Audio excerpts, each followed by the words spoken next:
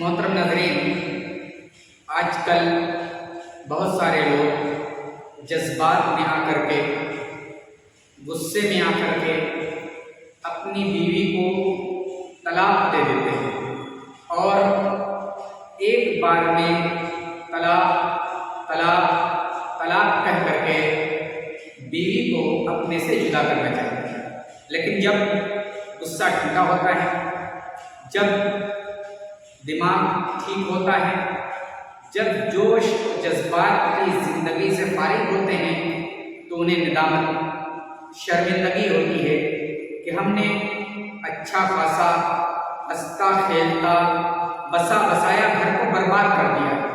اس کے بعد لوگ علماء کی طرف، مفتیان کی طرف دوڑتے ہیں تاکہ یہ علماء، یہ مفتیان اس مسئلے کی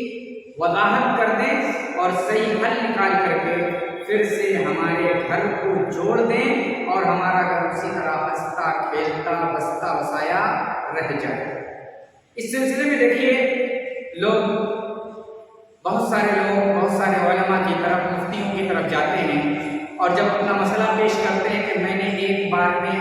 3 طلاق کہہ دی، تو بعض علماء اور مفتیان کی طرف سے یہ جواب ملتا ہے کہ آپ نے اپنا حق کھو دیا،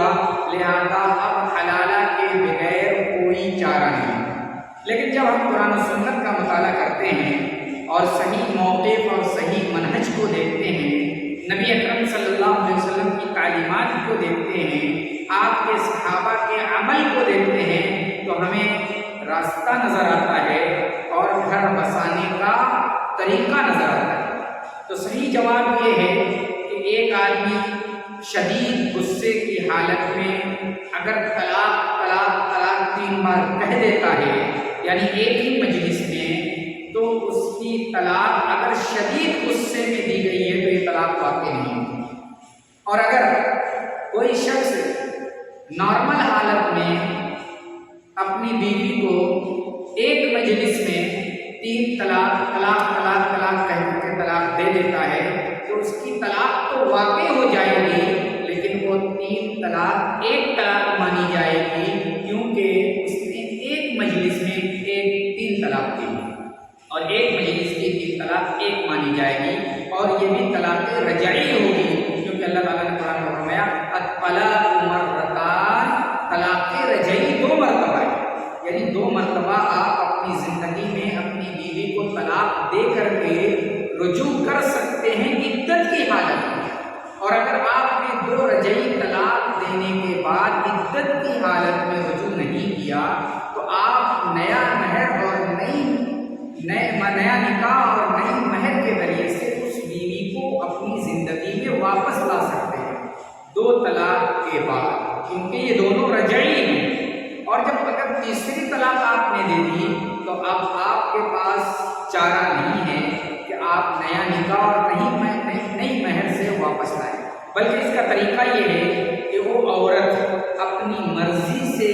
کسی اور کے یہاں شادی کرے اور شادی کے بعد وہاں بھی نبھاؤ نہ ہو، وہاں بھی پٹ نہ سکے، وہاں بھی خود سے اپنی مرضی سے طلاق ہو جائے، تو پھر وہ عورت اپنے پہلے والے شوہر کے لیے حلال ہوگی، نہ کہ وہ طریقہ جو آج رائج ہے کہ آدمی 3 طلاق دے دے اور اس کے بعد مفتیان کہیں کہ اب حلالہ کی ضرورت ہے، اور ایک عورت جس کو 3 طلاق ہوا ہے تو کسی مرد سے ایک رات کے لیے نکاح کرے اور ایک رات گزارنے کے بعد مرد طلاق دے اور وہ طلاق شدہ عورت اپنی پہلی بیوی کے لیے حلال ہو۔ یہ طریقہ اسلامی طریقہ نہیں، یہ شرعی طریقہ نہیں، یہ ناجائز ہے، حرام ہے، اور اس طریقے پر عمل کرنے والا اللہ کی بارگاہ میں پکڑا جائے گا۔ تو طلاق اگر کسی نے نارمل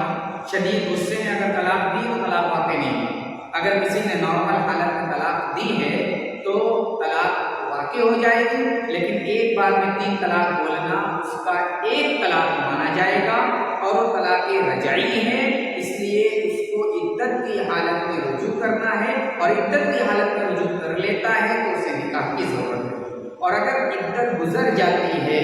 تو پھر اسے نیا نکاح اور